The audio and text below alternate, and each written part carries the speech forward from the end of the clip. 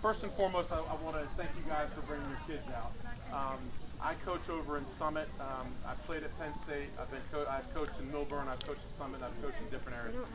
And I will say this: the league that our kids play in is as a father first. I'm really happy that my kid plays in the league that we play in. Russ Yeager, the gentleman that runs the league, and all the coaches are really fantastic. We've got guys that care about kids. We've got a commissioner that takes safety incredibly seriously. We structure rules and we structure the way we do things because safety is our primary goal. So 2 years ago, about 3 years ago, we started with the heads-up tackling.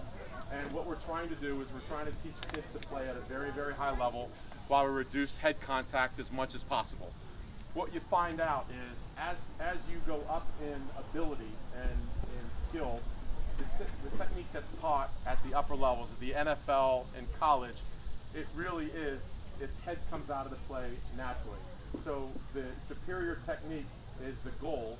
The head naturally comes out of it, and we provide a safer environment for all of our kids.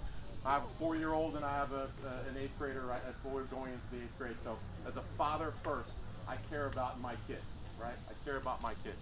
So the league asked me to start running some safety programs across all towns where we worked with the kids, not just up on heads up tackling, but on heads up blocking.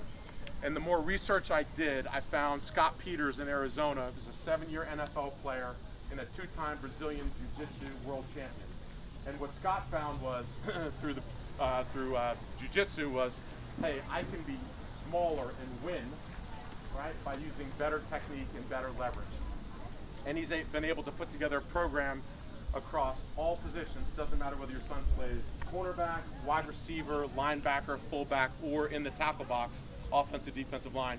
Scott has developed techniques to help us teach the kids how to hit, be hit, and win, not using their head, right? And the most important is these are techniques that they will be taught at higher levels, right? So it's not like we're teaching them something to be safe, and it's not necessarily efficient from a technique winning perspective, right?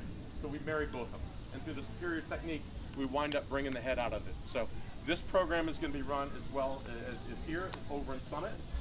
So we're doing everything we can across the league to get coaches, players, and parents to understand that we're teaching a more safe environment and actually giving kids techniques to make them safer. So with that, Scott, I'd love to introduce Scott to you, have him say a little bit to you, and get a little bit more depth in things, and then we're going to get the kids out in the field and we're going to start rolling.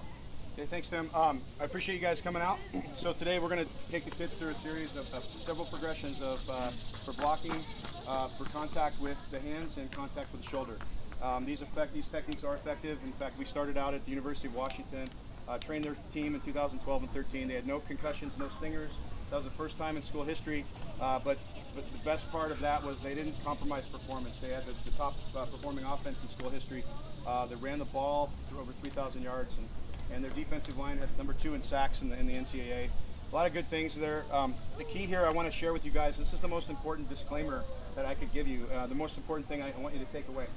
Really, it's not about what I know or what Tim knows or John Schmedding knows. John's one of our instructors here. It's really what your kids can know and develop, and how you stay safe is really the function of how well skilled are they. So focusing on skill development is our #1 priority.